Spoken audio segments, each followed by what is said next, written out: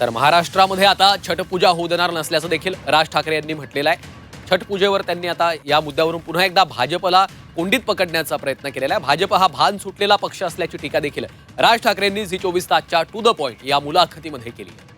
पुन्हा एकदा जाऊयात, मनश्री पाठक आमच्या प्रतिनिधी आपल्या सोबत आहेत। मनश्री, आपण प्रवीण दरेकरांची देखील आता प्रतिक्रिया ऐकलेली आहे। मनसेच्या स्थापनेनंतर राज ठाकरे यांनी परप्रांतीयांविरोधात जी आक्रमक भूमिका घेतलेली होती तसाच काहीसा सूर आता झी 24 तासच्या टू द पॉइंट या मुलाखतीमधून आपल्याला पाहायला मिळतोय। नक्कीच तेच आपण म्हणतो आहोत की प्रचाराला अवघे काही दिवस उरलेले आहेत। नॅरेटिव्ह सेट करण्याची सगळ्याच राजकीय पक्षांची घाई झालेली आहे।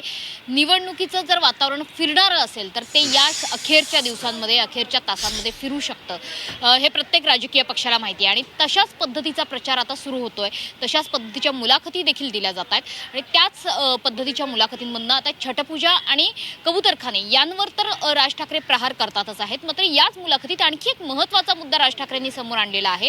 ते आरोप करतायत भाजपवर आणि इतर पक्षांवरती, त्यांच्या विरोधकांवर, की मुंबईमध्ये मराठी टक्का कमी झालेला आहे, असं एक नॅरेटिव्ह जाणीवपूर्वक सेट केलं जात आहे। खरं तर अशा पद्धतीची भाषा ही कदाचित विरोधकांची असायला हवी होती की मुंबईतला मराठी टक्का कमी होतोय। मात्र राज ठाकरेंचं म्हणणं आहे की अजूनही साधारणतः 40% मुंबईकर हे मराठी आहेत, मराठी भाषिक आहेत, ते मूळचे मुंबईकर आहेत आणि ते आता हळूहळू बाहेर फेकले जात आहेत। आणि इतर भाषिकांचा जो टक्का आहे, मग त्यामध्ये 13-14% गुजराती, मारवाडी असतील किंवा आणखी त्याच्यामध्ये इतर परप्रांतीयांची भर असेल।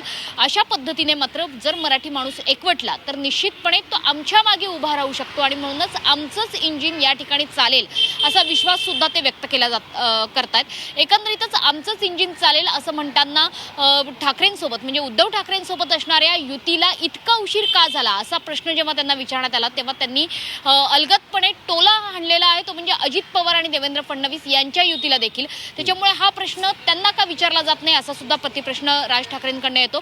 मात्र एकंदरीतच आजच्या मुलाखतीचा संपूर्ण ओघ हा कबूतरखाने आणि छठपूजा यांच्या निमित्तानं परप्रांतीयांचा मुद्दा पुन्हा एकदा मनसेच्या अग्रक्रमानं मांडला जाणं हाच त्यांचा हेतू होता। आणि त्याच पद्धतीने मुलाखतींमधून, प्रचारसभांमधून राज ठाकरे सध्या आपल्या पक्षाचं अजेंडा, आपल्या पक्षाचं लक्ष सेट करताना आपल्याला बघायला मिळत आहे। निश्चितच, आणि या निवडणुकीमध्ये मराठी विरुद्ध अमराठी हा संपूर्ण वाद, हा संपूर्ण मुद्दा पुन्हा एकदा केंद्रस्थानी येताना आपल्याला पाहायला मिळतोय।